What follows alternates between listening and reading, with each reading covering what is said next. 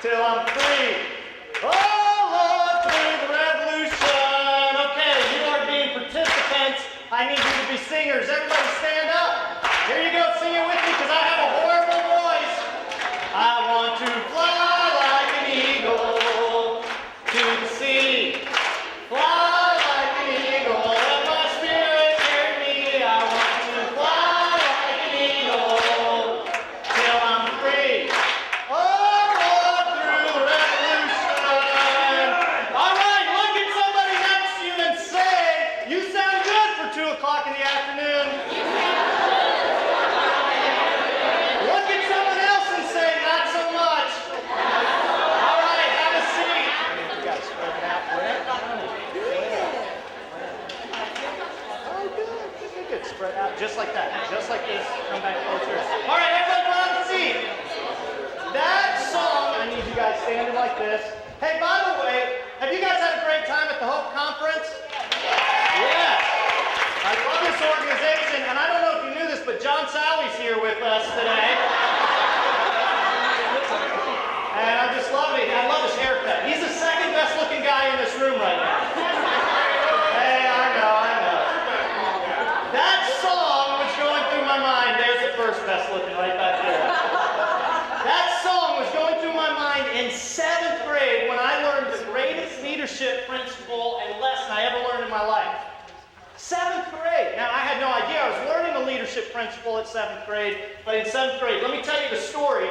What happened is I grew up here in the Atlanta area, and I grew up in this little place called Tucker, and 2 days before school started, they opened the first ever that I ever heard of, seen, or been on water slide. Now, if you've ever been on a water slide, say absolutely. Absolutely. If you've ever been on an old school, now let me explain it, an old school water slide, I'm talking cement water slide, say absolutely. Absolutely. And show your neighbors the scars to prove it, because we've been on those things.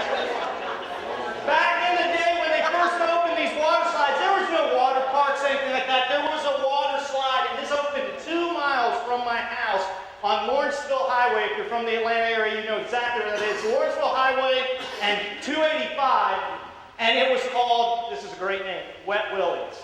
And in 7th grade, I was so pumped about going on this water slide. So my friends and I, there were 2 other guys with me. I can't remember one of the guys that was with me, but I remember Jonathan Waddy, and I'll tell you why in a minute. But we went up to this water slide, and there were 3 lanes in this water slide. This is lane 1. These are the cement walls in between lane 1. This is lane 2, connected to lane 1. These are the cement walls between lane 2. And this was lane 3. Same thing, walls right here. We were so excited. I mean, water slide, this was a new thing. We never heard of this thing. We were so excited to ride it. We got in lane 1.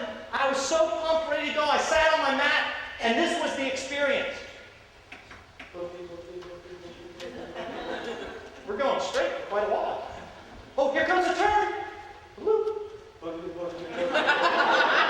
And it did that the whole way down. Straight and turn.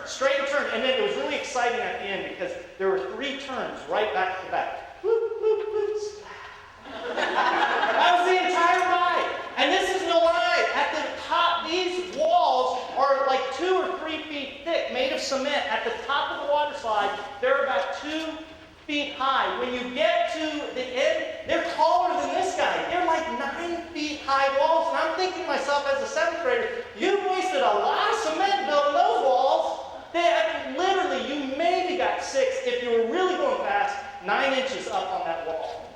So what they allowed you to do is make trains. And if you've never been on a water slide and made trains before, what you did is you connected with the people in front of you. Everybody was riding rubber mats. You weren't like dumb back there. We're going down cement water slides bareback. Yeah, we weren't doing that. But you sat on these rubber mats, and they let you make 5-person trains. So we were really excited. We got back in this line. We thought, okay, this is going to be better because we've got more weight, more speed, and it was more like this.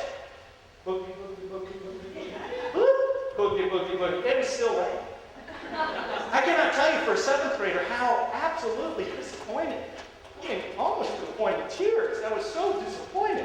It was so bad that after about 9 or 10 rides, we're like, we're out of here. we're not doing this. This is a joke. We just wasted all our money. In fact, we went up one more time to try to figure out how could we get kicked off this thing. Just like what 7th grade boys do. We're thinking we'll go down on our feet, do handstands. How can we get kicked out? We got to the top of the slides, and somebody, I don't know who, had organized and was breaking all the rules, had organized this gigantic train. Now remember, this is years ago when I was in 7th grade, and I wasn't that good at math. But in my calculations, this train had to be at least 25 people long. It was so long that the guy holding everybody back, he had to be huge. I mean, this guy had to be massive. The guy holding everybody back, he was already around the first corner before we let go. It was a gigantic train. And they needed a couple young kids that didn't know what would happen to them if they rode at the back of the train to be on the back. And so here comes 3 7th graders. Can you think of anybody better to put on the back of the train than 3 7th grade boys? So my friend, who I can't remember what his name is or who he was here. Jonathan Waddy was right here, and then I was right here. When the guy finally let go of the train, totally different experience. It was not boogie, boogie, boogie, boogie. It was woo! I mean, we took off. In fact, let me see if this thing's working. That's what it felt like right there.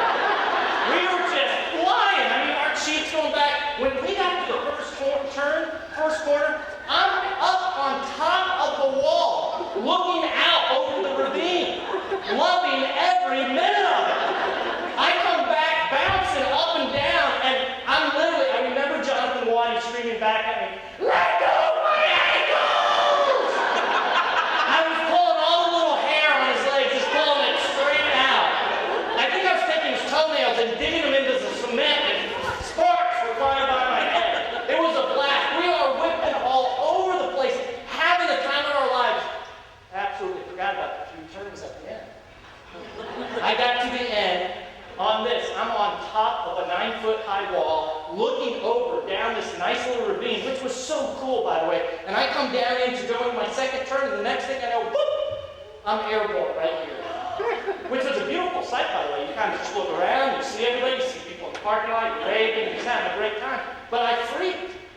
I'm telling you, if I would have just kept my head and would have stayed calm in that situation, I could have pulled up on my mat, cleared lane 2, right into lane 3, and today, you would be singing hero songs about Camp Julian. But instead, I freaked and I literally went, ah! And headbutted. It felt like that right there.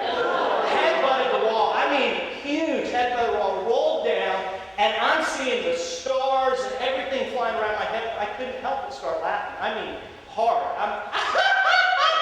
Because I look up, and Jonathan Waddy is stuck on his back right up here. Just sitting up there trying, how do I get up here? What do I do? I mean, it was hilarious to see a guy stuck up there. And then he started laughing at me, and I was like, what in the world is going on? He goes, wait for it. And coming down lane 2 was like a 450-pound man going, get out of the way! And that, my friends, is where I learned the greatest leadership lesson I've ever learned. I'm going to tell you about it in just a minute. Give a big round of applause to these people. Thanks for standing here. Thanks so much. I'm going to tell you about that in just a minute, but let me introduce some important people in my life. And are you guys, I mean, it's 2:30 in the afternoon. Do you want to have some fun? We're going to have some fun, but we're going to learn a lot together as well. So let's have some fun. But let me introduce you to some people that are very important. That's my wife. She's a teacher in Gwinnett County. How many Gwinnett County schools here? Awesome. Way to go, Gwinnett County. She teaches at Jackson Elementary. We've been married almost 19 years now. I run an organization that I'll tell you a little bit about called Live It Forward, and our tagline is living and leading way beyond your average.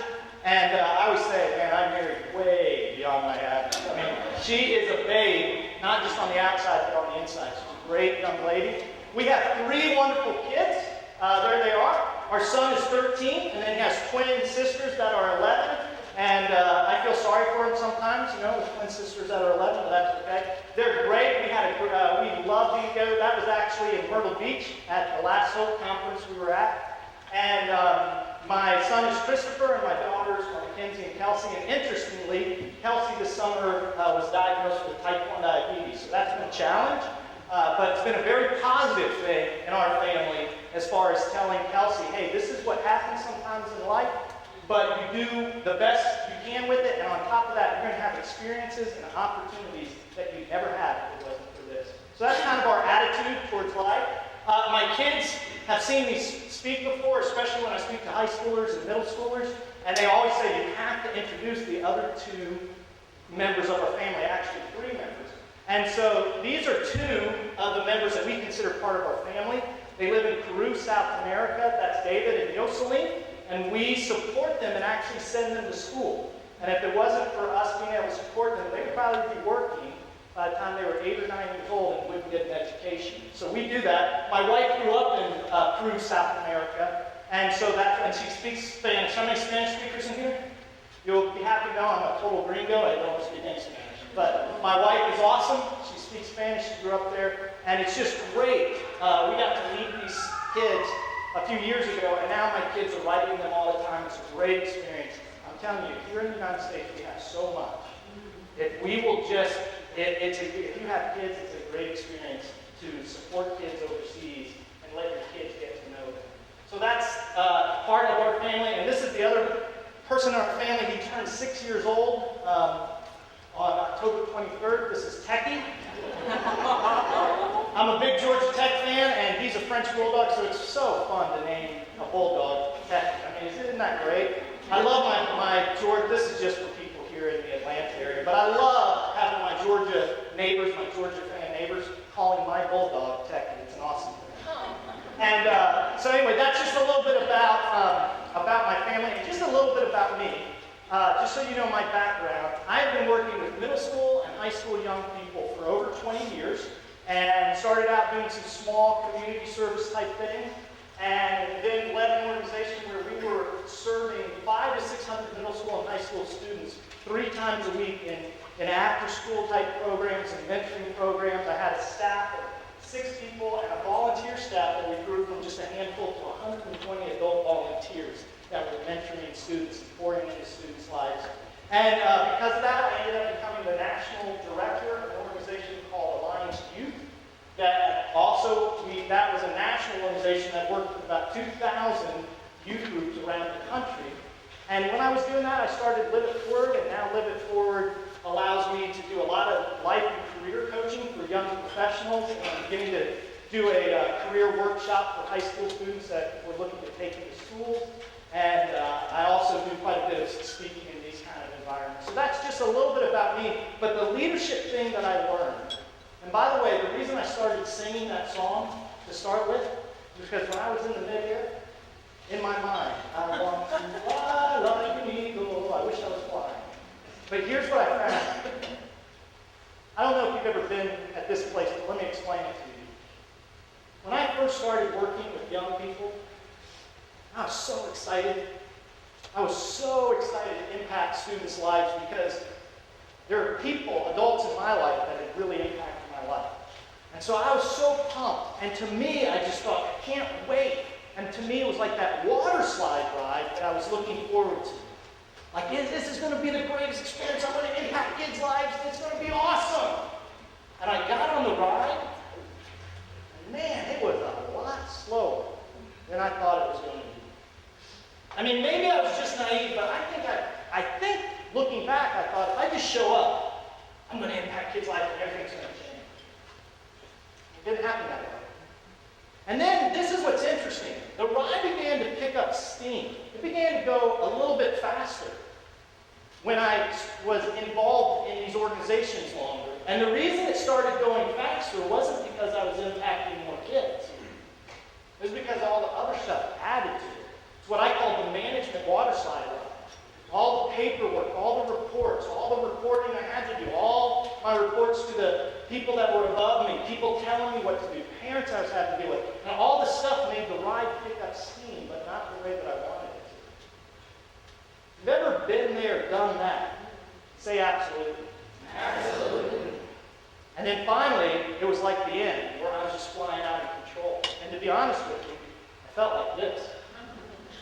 I really felt like burnt toast, and I was about ready to walk away from something that, looking back, I'm so glad I didn't walk away from it, because it's been so rewarding. But I was ready to walk away because it was just the pressure of all the other stuff, the management stuff, was just burying me. And I felt like I was on this water slide ride, flying out of control, flying through the air, not knowing what's going on. If you've ever been there, done that, say absolutely. Absolutely. Well, today what I want to do with you is just real briefly share with you some things that I learned through that experience and some other things that I think will help you figure out how to not only teach but lead students forward. So I want to share with you, I have one idea that I want to share with you today. This is one point. And by the way, you can take notes, but at the same time, you can later on go and download these from the Hope organization. You can download this whole PowerPoint, so you'll be able to do that. But if you want to take notes, that's fine. But more than anything, I want you to catch my heart today. And I want to help transfer that heart to you. And so that's what I want more than anything. And there's only one idea. A lot of speakers come in, they have 15 different points. I have one. And it's this. It's the big idea of great teachers not only teach, but they lead it forward. They know how to lead students from where they are to where they need to be. So it's not just teaching, it's teaching and leading. And the difference, I think, between a good teacher and a great teacher is a good teacher teaches, a great teacher teaches and leads. And so that's what we'll look at. And I want to make a promise to you before we start. I promise you that today, I will either share information with you that is new or important information that you need to be reminded of that will help you go back and do what you do better. So I promise I'm going to share valuable information. It's your job to go back and make that valuable in your setting. Is that a deal or is that a deal? If that's a deal, say absolutely. Absolutely. Let me see that whole armpit. Say absolutely. Absolutely. All right. I'm going to tell you one other thing about me. This is since I started my company, Live It Forward, one of the things that I really miss is I wasn't hanging out with students face to face, young people I should say, face to face, like I did when I was running the organizations I ran. And I really missed that. So I started trying to figure out how can I get back to hanging out with students. And the neighborhood I live in has a swimming pool and has a swim team that I actually coached back in the early 90s. And my son was swimming on the team, and so were my daughters. They were actually swimming for coaches that swam for me when they were in elementary school. And so when they moved on, they were looking for a coach, and I'd started my own business. And I talked to my wife, and we thought through it. I said, if we do business a certain way, if I only travel during a certain season, I can take a couple months off. I can still do the business, but I can take a couple months off from traveling, and I can start coaching again. So I've been coaching for 3 years. During the summer, that's my team. A couple of years ago, we had 164 swimmers, ages 5 to 18, and I love it. But I want you to know, I've been doing this so long that I have literally taught. I don't even know how to keep count anymore. It has to be 1,500 to 2,000 little kids how to swim. I have just taught tons of little kids. I mean the little ones, the 4-year-olds, 5-year-olds, 6-year-olds, little ones how to swim. And when you teach that many little kids, all their faces begin to run together. And I can't remember any of their faces or any of their names except for one individual. And this is from 20 years ago. And I will never forget this kid. And the reason I won't forget is he came up to me the first day of lessons, and he said, I'm going to try, my voice is kind of dry, but I'm going to try to do his voice. He said, that's the first thing they do. They pull out your shoes. He said, Coach Ken. Coach Ken. They take one word and make about 8 syllables out of it. Coach Ken. He said, yes. He goes, my name is Sean. My name is Sean. My name is Sean. My name is Sean. My name is Sean, 4 years old. My name is Sean, 4 years old. 4, 3, 2, 4. 4 years old. My name is Sean, 4 years old. I hate the Wawa. That was his first conversation. I hate the Wawa. And I'm like, well, there's a lot of kids that don't like the Wawa and stuff like that. So, how many of you have little kids? Like your own children? How many of you put them in swim lessons? Did you put them in swim lessons? Can I tell you a secret from a coach who teaches? If you put your child in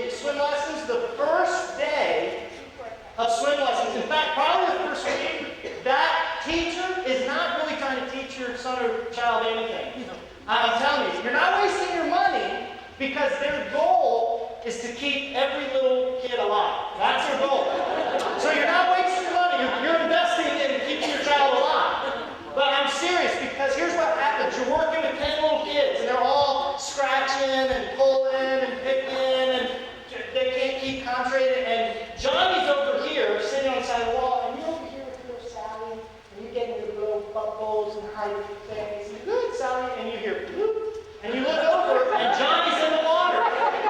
And Johnny can't stand up in the water, and the water's like right here, and he's walking, he's trying, but he's not going anywhere, and he's thinking, hey, why can't I breathe? And what's going on? So you have to take Sally, you put her right here, so stay over here. Come over to Johnny, you pick him up, and then you say, Johnny, stay there. Don't get in until I get in, because Mommy wants you alive. So stay right there. And that's the whole thing.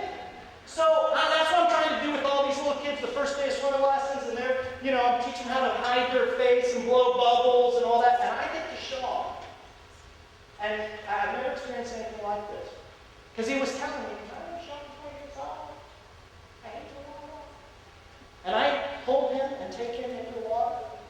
He became a monster. I mean, his head wrapped around me and claws. It was like an octopus, man. Claws were going into the back of my neck. His head is right here. His mouth is right here. He's going, I hate the water! I had hair back then. He's pulling on my hair and doing all kinds of stuff. This kid hated the water. Put him on the side of the pool and was like, relax.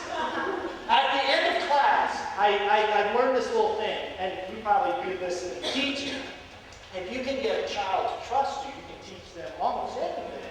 And so what I would do is I would march all these little kids down to the deep end to jump off the diving board. If they jumped off the diving board, I'd be in the water, I'd catch them, and then I'd swim them to the side. If I could get them to do that, I could teach them anything. And so about half the kids would do it, the other half would stand over there scared. Sean, when I said the phrase, diving board, in his presence, I don't know if you've ever seen a conniption, but it's an interesting thing to see. I mean, he just went, Wah! And ran. He just disappeared, and his mom told me later, yeah, he was kind of freaked out when you said diving board. I said, I understand. After 2 weeks, I taught that kid nothing. Not even how to hide your face. Nothing. His mom said to me, do you mind if Sean keeps taking lessons from you? He likes you. He thinks you're cool and everything, and he wants to keep taking lessons, but do you mind if you keep taking lessons? I just don't think we can move him up to advanced beginners. In my mind, I'm thinking advanced beginners. He's not in slow remedial right now. I didn't say that. I had a little bit more time. I said, sure, that's fine, yeah. I love Sean. Sean would come in every day, and he'd look at me at the stand after lessons. Hi, Coach Cat.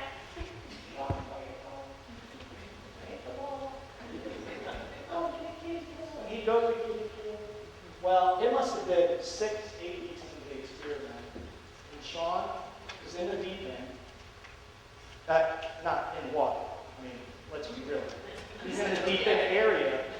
He gets up on the diving board and he does this.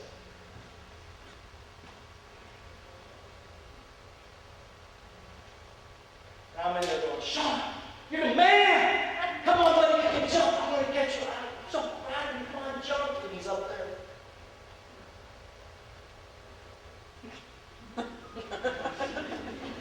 15 minutes later, Sean, I'm going to drown. Come on, buddy, you got to jump. I can't do this all day. And Sean did this. And he walked right off the diving board. And that went on day after day after day. I mean, it got so bad, he would get out there at the end of class, he'd be standing, and I'll be honest, I just started ignoring him. There'd be a nice looking lifeguard up in the chair. I go, hey, this is Sean. I'm in the water, trading water. This is Sean, he's 4 years old. He hates the wah-wah. I'm 10, I'm 21, I love the wah-wah, Having this conversation with this good looking lifeguard, and all of a sudden I hear, whoop, and I look up.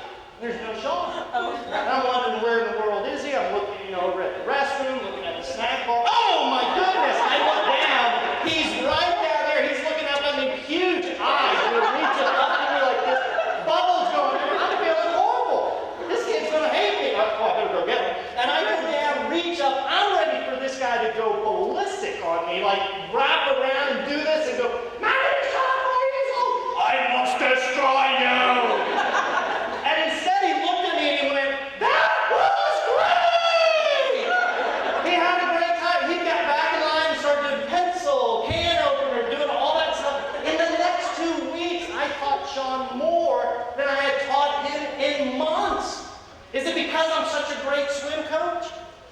Well, yes, but that's beside the point.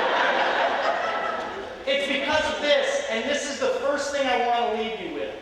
It's because he finally took a step. I want to leave you with this. I want you to think about it this way with me. One thing, the big idea, is how do you lead students forward? How do you lead them from where they are to where you want them to be? And instead of giving you points, I want you to think about it from your head to your hands to your heart. In other words, your head, what's the goal of leading a student? Your hands, what's the best tool that you can use to lead a student? And your heart, what's the passion behind leading a student? And taking a step is the goal. It's the head. Why do you do what you do? Why do you teach? I'm sure you didn't get into teaching because you wanted to learn how to eat lunch in 3.9 minutes.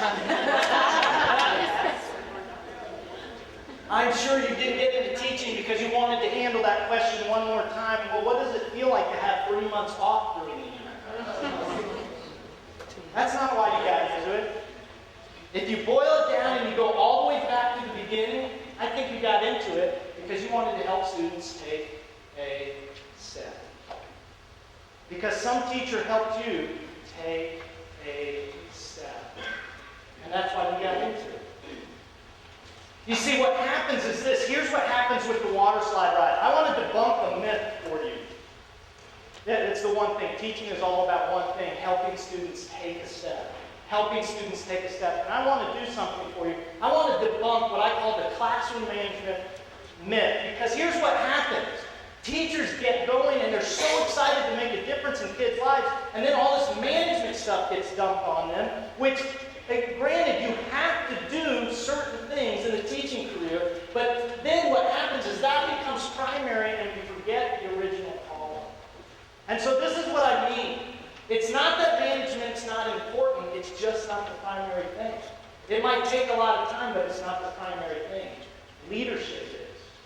And a lot of this kind of information, if you've never read Stephen Covey, he's a great person to read because he'll help you think right.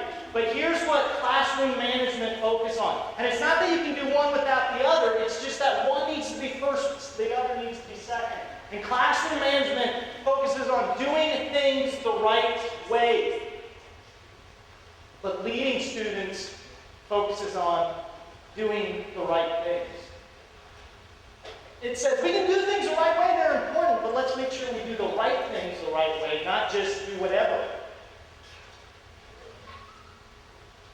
Classroom management, it focuses on the things of classroom. What I'm talking about today is what I call the soft skills of teaching. The hard skills of teaching, the stuff that you have to be able to go into teaching, is knowing your subject, doing testing, curriculum, doing reports. That's the hard skills of teaching. But the soft skills have to deal with leading people, have to deal with helping develop their character and their attitude and their confidence. Classroom management focuses on getting through the material, and you have to get through the material. The state or your county says you've got to start students here and you have to get them through here. But classroom leadership says, but more important is getting through to the student. Because if I get through the material and they don't catch it, what good is that? Classroom management is multi-focused, and classroom leadership is single-focused. Classroom management is managing all the things on that water slide ride. Classroom leadership is saying, how do I help this student go from where they are to where they need to be? And you see, great teachers, good teachers focus on management. Great teachers put leadership first, management second. It's not dishing the management. It's just putting it in its proper place. So the idea, what do you want to be known for? What's the one thing about teaching? It's helping students take steps. My mom taught, and I'm not sure if it was 35 or 40 years, but she died suddenly this summer. And it was a crazy week for my family because my mom passed away. I was actually at a swim practice. I got a phone call from my brother, and he said, "You won't believe it. My mom lived 10 minutes from where I live." And he said, "You won't believe it. Mom died." And I was like, "What?" And 2 days later, we were rushing my daughter to the hospital where she got diagnosed with type 1 diabetes, and that was all going on. We didn't know what was going on. We just knew my daughter was losing weight like crazy. We couldn't figure out. It was a crazy week. But this is an amazing thing. My mom was a retired teacher. She passed away on Monday. On Wednesday, we had her viewing. On Thursday, her funeral, so everything happened fast. And on Wednesday, at her viewing, at least 750 to 800 people showed up. I mean, people I hadn't seen for news got out on Facebook all over the place. It blew me away. And then at her funeral, a packed house. Between the viewing and the funeral, there had to be over 1,000 people. And we did something really different. We did an open mic. Very risky thing to do at a funeral. And we just, we laid the groundwork and we said, we only want a few people sharing, but if Janet Julie meant anything to you, you come up. And 4 different people came up, and the last one hit it out of the park. It was a guy named Steve. He was a family friend. He was a friend of my old brother. Kind of a name that knew my old brother more. And he stood up and he said this. He said, "Not only did I know your mom was a teacher, but I was hanging out at your house all the time, so I knew her as a mom. And I think of 3 things when I think of your mom. Number 1, I think healthy fear. Because you couldn't pull anything over on your mom. And all of our kids and all my cousins and my dad were all going, yeah, that's my mom. A healthy fear. Because you couldn't pull anything on her. And then number 2, think of somebody who has genuine love for people. And he goes, that thing about, fear of going, I don't want to pull anything off, but I never questioned that she cared about me. And then number 3, she loved the underdog. And my friends, if I could sum up my mom's life, 3 words, that's it. What I love about that story is my mom as a teacher remembered the one thing.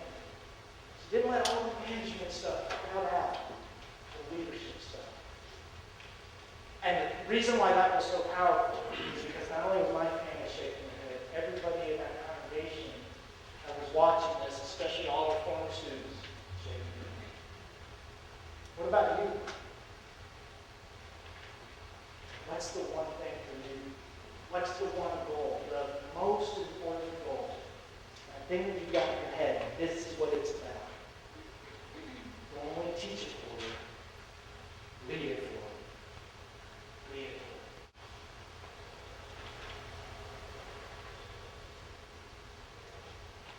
for you. Let's move on to the second part of kind of looking at this lead it forward. Again, only one big idea, but let's get our hands around it. And let's look at not just this. Here, I want you to know something about me. This is really important to me. I love speaking. And if you ever visit my website or if you ever heard me speak, you know that I get described as someone who's very entertaining, very inspirational, very energetic, and yet brings some really good know-how. And the reason I do that is my biggest fear is, I'll even tell you, it's not my fear, it's one of the things, my pet peeves. I do not want to be known as a motivational speaker. When I think of that, I think of Chris Farley, in those SNL skits.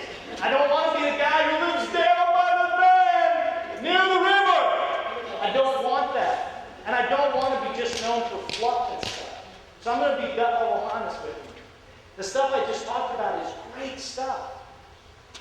Leading students from where they are to where they need to be. But it's not that easy, is it? If it's easy to lead students from where they are to where they need to be, say absolutely. There's a few of you. It's hard. If you find it difficult sometimes to lead students from where they are to where they need to be, say absolutely. Absolutely. So let's talk about the tools. Let's talk about your hands. The tools that you have, or what I call the most important tool. But before I do that, let me give you a real case scenario that I think you probably sat through. Let me see if you've ever had this experience. You're in your classroom if you're a teacher, or you're at the administration office if you're an administrator, and you hear this. And you go to the door, and it's that parent. And you're thinking, oh, great. And you go to open the door for that parent, but this time, that parent kind of has a different approach. And that parent this time looks kind of desperate. And you sit down with that parent, and that parent begins to unload and begins to share things with you and get very personal. And after a 20 or 30-minute conversation, if I could summarize that conversation in one word or one phrase, they are basically looking at you and they're saying, please, fix my child. If you've ever had a conversation like that, raise your hand and say, absolutely. Absolutely. That conversation, my friend, that conversation is the conversation that made me want to jump off the walls. You see, I was doing these youth programs here in Atlanta, and I moved to Omaha, Nebraska, and started doing much bigger youth programs. And as I started doing those bigger youth programs, that was happening to me not once a month, not once a week, but 2, 3, or 4 times a week. And what they would do is I'd hear the same thing. I'd hear it over and over and over. And at first I was very empathetic, and I was like, yes, I'll do whatever I can. And the more that I heard those, the more I was taking that responsibility and putting it on my shoulders, the heavier that weight was getting. To where I just couldn't handle it anymore. And I felt like burnt toast and wanted to throw in the towel. I'm not even going to ask, because I know you've been there right now. So how do we deal with that? I believe we deal with that by using the most important tool in our arsenal. Let me share this with you. I had a mindset breakthrough.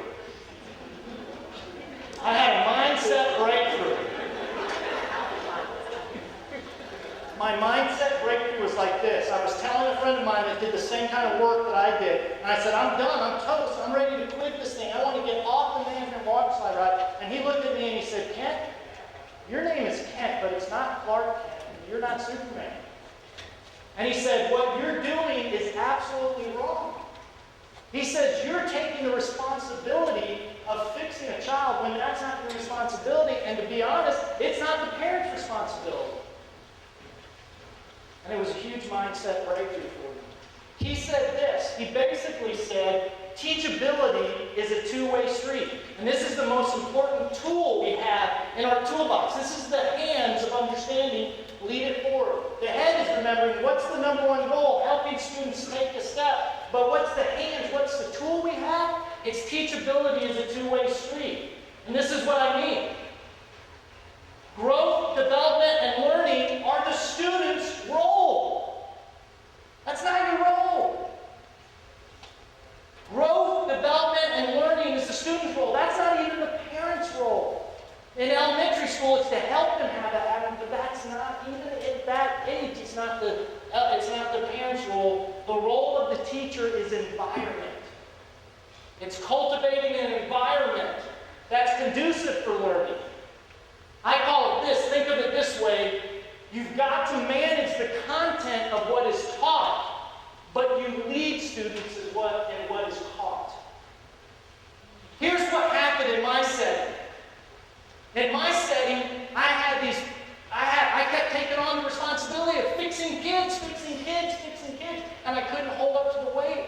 And the minute that I started taking that and saying, my responsibility is not to help the student grow, it's not to help the student develop, it is to help. It's not to make sure that they grow, make sure they develop, make sure they learn. That's their role. My role is to cultivate an environment where that happens. 2 things happened to me that were powerful, that helped me stay in this long term. The first thing is this.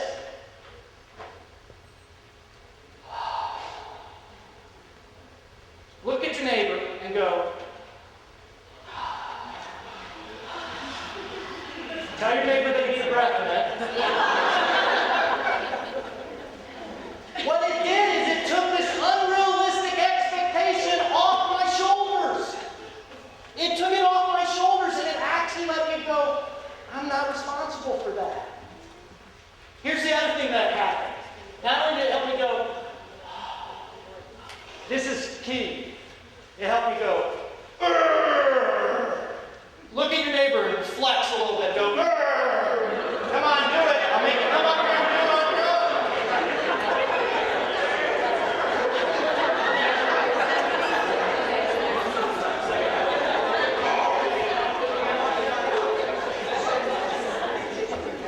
it. Listen, this is so important.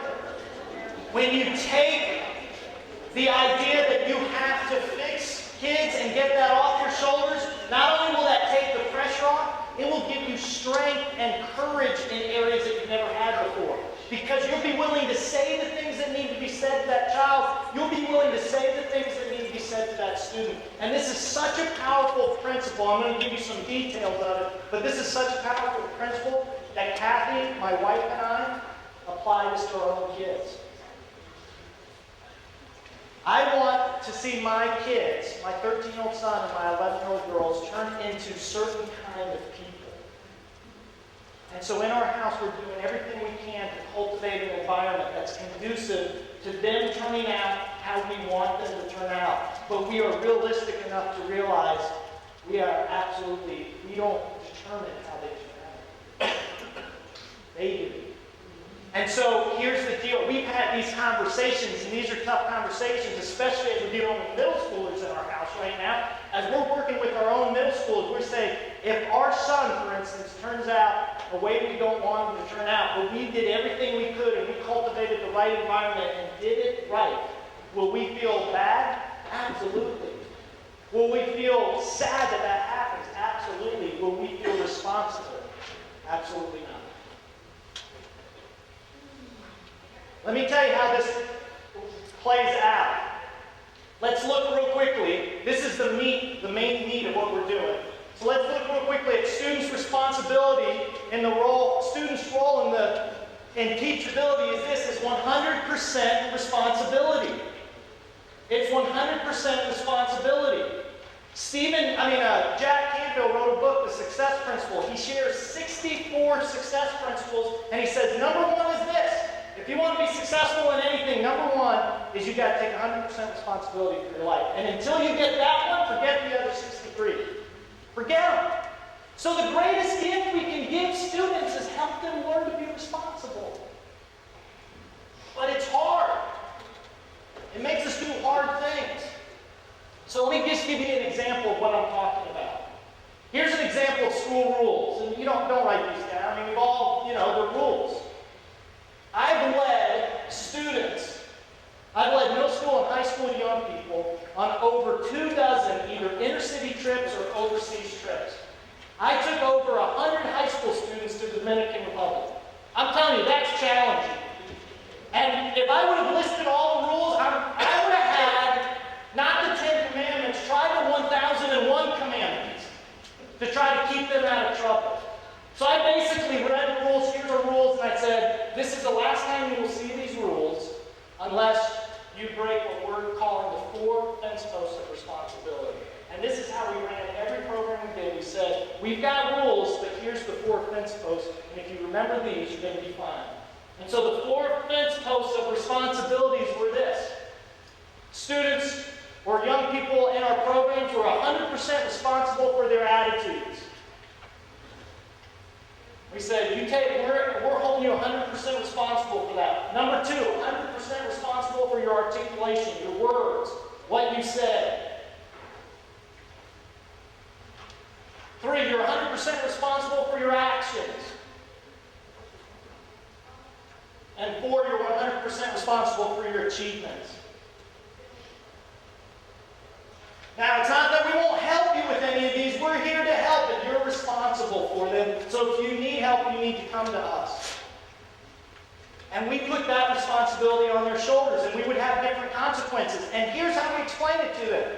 Within those 4 fence posts, there's all kinds of freedom. As long as you remember those, you can do whatever you want within our programs, as long as you abide by those. And guess what? The more you abide by them, the more those fence posts spread. They widen. But the moment that you start breaking them, that fence post, they begin to shrink. And we used to say this: act like a child, we'll treat you like a child. Act like an adult, we'll treat you like an adult. And I can't tell you exactly how to do this in your school. You've got to think about this. But as I played the role as an administrator in our organization, and I'm telling you, I told my volunteers, the minute they break that, we had this whole you had a warning, and we had a warning and a talking to, and then they sent them to me. And I said, you make sure you do that, because I will support you 100%. We do this in our own family right now. We're having to do this with our son. I won't go into the details, but with our son and one of his academics there. 100% responsibility. It's the greatest gift we can give kids. 100% responsibility. So that's the student's role in teachability. What about teacher's role in teachability? It's the environment. Or you can say be a thermostat. You've probably heard that. Thermostats set the temperature. Thermometers read the temperature. Don't be a thermometer, be a thermostat. Well, set the environment. Have you guys, generations, I did my master's work, I did a dissertation on the different generations. And I don't know if you knew this, but here's the different generations that are alive today. Silent generation was born before 1942. The baby boomers between 43 and 60. X between 61 and 81, that's where I am. Gen Y between 82 and 2002, the students we're dealing with right now. Have you ever wondered why we call them Gen Y?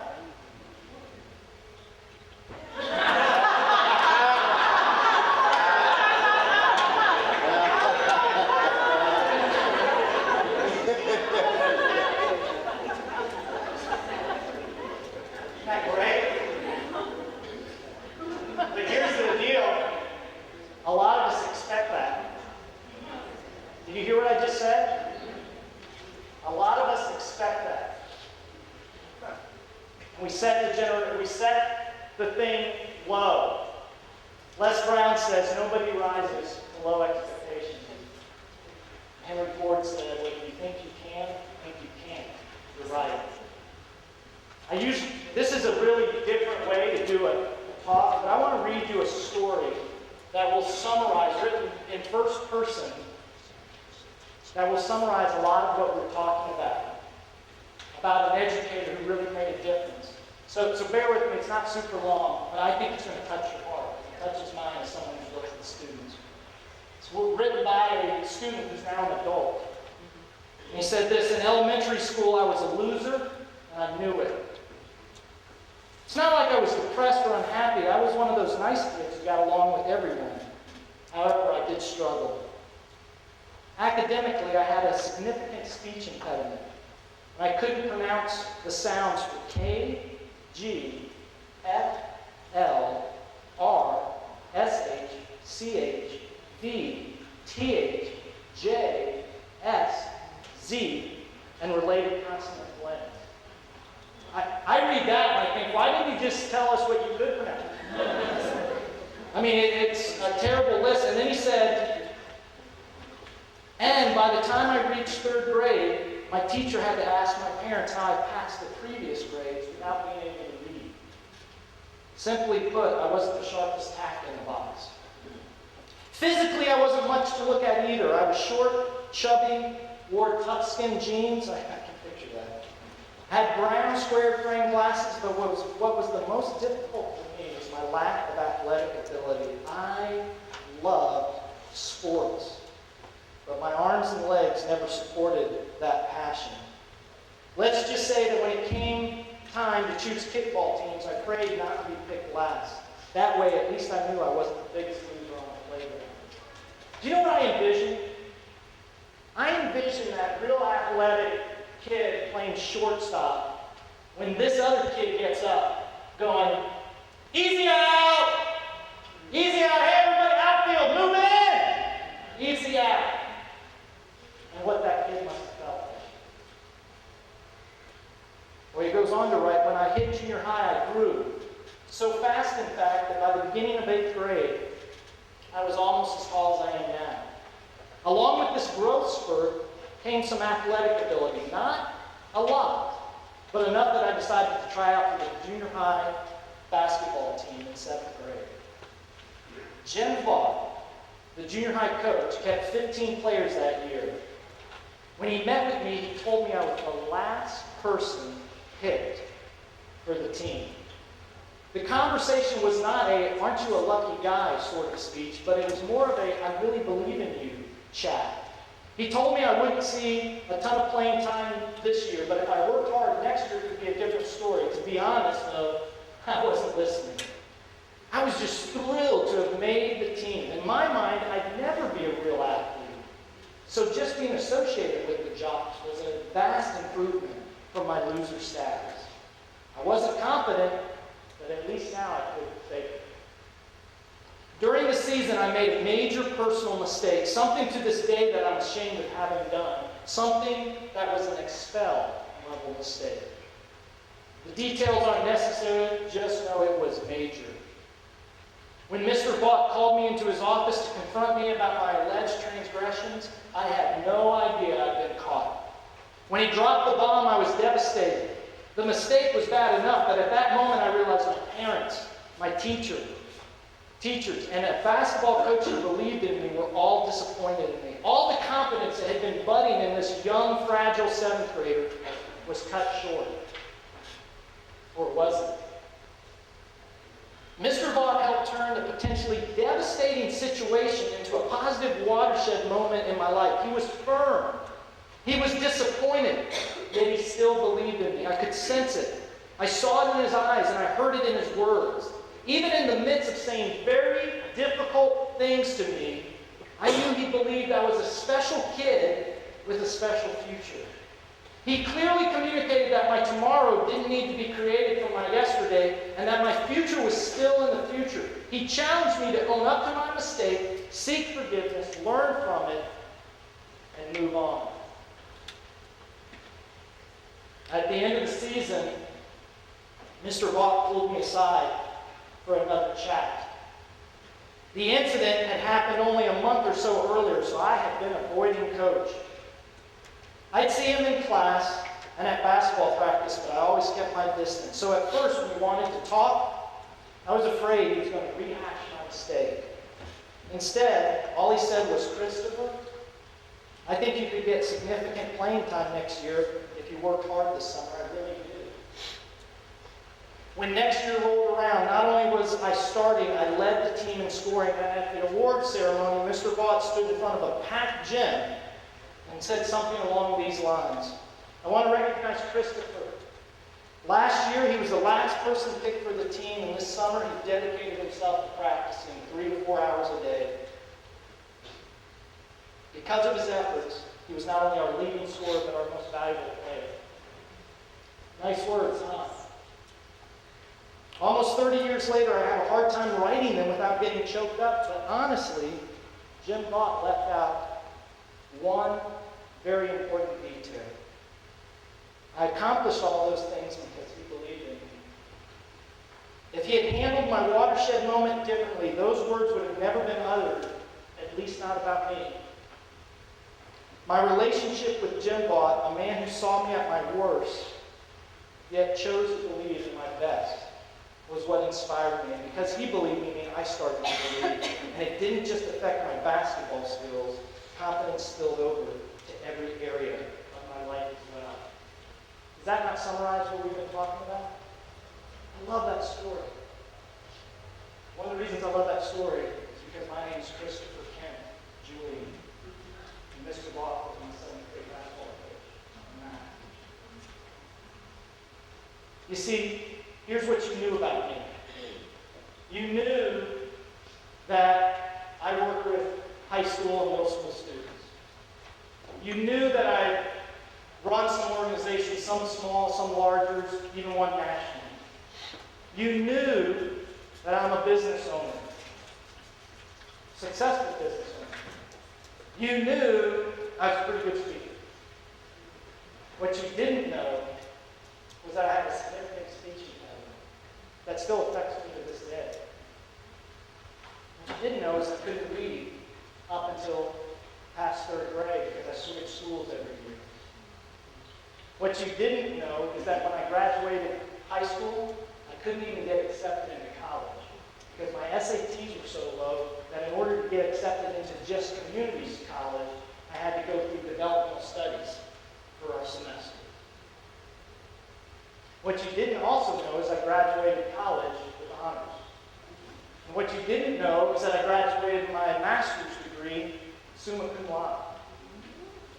What you also didn't know is that in 7th grade I was an at-risk kid. Maybe not at-risk like the way they labeled. They didn't use that label back then. But I was hanging out with the wrong crowd. I was making poor grades, and I was making terrible decisions. And it was the turning point in my life where I could have gone either way. And here's what Jim Vaught did. Jim Vaught, instead of just seeing an at-risk kid, he saw an at-potential kid. He said, one of my jobs is to help Kent Julian take a step. He used his head. He said, one of my jobs, the tool that I have is 100% responsibility. I'm going to help Kent take 100% responsibility for his life right now, at least in this area. And instead of just seeing at risk, he saw at potential. And what you've seen in front of you today is more of the complete picture, more of the finished product. Well, he didn't see that.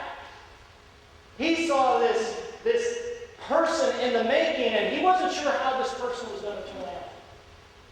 And what's amazing to me is this. Every one of you in your classrooms have Kent Julian sitting in there. And every one of you this year can be a Jim Vaught. Every one of you. The most important part as I wrap this up, the heart of leading it forward is to be a balanced staff. We talked about the head, the most important goal. The most important goal is to help students take a step. The most important tool we have is to help students be 100% responsible. Learn to do that and create an environment that's conducive for them learning and growing. But understand, it's not your job to make that happen. It's your job to create that environment. To be a thermostat. But your most important passion, you're going to knock it out of the park, is to be a talent scout. I want to leave you with one last little story that will kind of summarize everything. And my wife had a very important birthday this year. I'm not going to give you the number, but it was an important number. And I love my wife. I mean, you saw her. I'm lucky. You saw that picture and you see me, and I know if this is hideous, that is beautiful. Okay, I know that. And she is awesome. There is one thing that really bugs me about my wife, though. And I can say it because she's not here, so I can say whatever I want. The thing that bugs me about her is I can never surprise her. Every time I try to do something surprising, romantic, she's like, I know you're up to something. I'm like, yeah! It bugs me. Drives me nuts. Well, for her birthday, I got it. I surprised her, and I gave her a gift, blew her away. In fact, I want to kind of give you a flavor of what that gift was. So if you can turn that music on for me. I bought some very special tickets for her to go to, and me, to go to a concert. And when I hear this, I want to hear this, okay? I am not going to this concert. It's like listening to fingernails on a chalkboard. Just even thinking about it, I think I threw up in my mouth. Just thinking about buying this. How many Barry Manilow fans in here? Raise your hand nice and high. Very good. There's a couple guys that are raising their hands. I always tell guys, don't admit that. Put those hands down. Please, turn it off. It's killing me. Here's what I did. Her birthday's in September, and I bought her tickets over Christmas break to take her out to Las Vegas to see Barry Manilow. And totally surprised when she got it. She was like, I can't believe it. And the reason she couldn't believe it is she knows I can't stand listening to Barry Manilow music. When we have our little, iPod and different things like that, and when I'm in the house, after like 2 songs, I'm like, honey, put a nail through my brain. This is killing me. And so when she realized not only did I buy the tickets, but I was flying her out to Las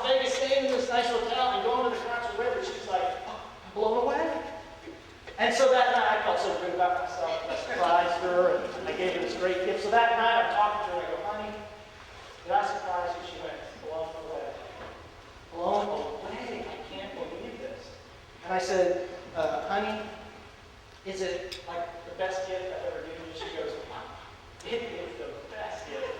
I mean, I cannot believe you're doing this. I know you're not a drinker, but you're going to want to drink that night because I just know that's going to be just horrible for you. And then I asked her this question. I said, honey, is it the most romantic thing I've ever done for you?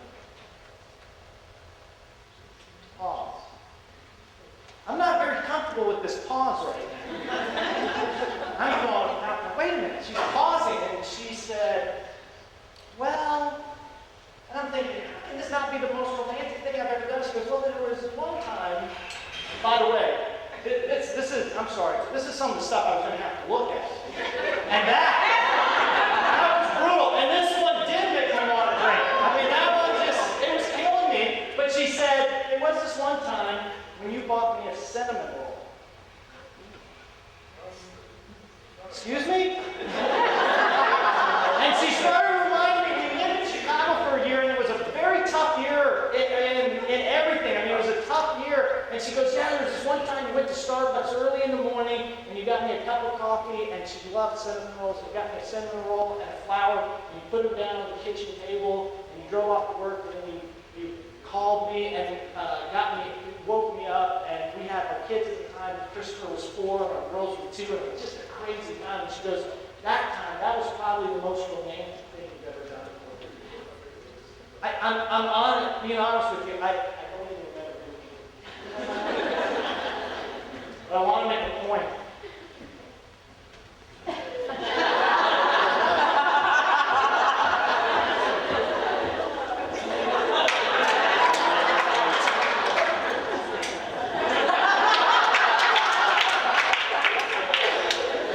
I think you get my point.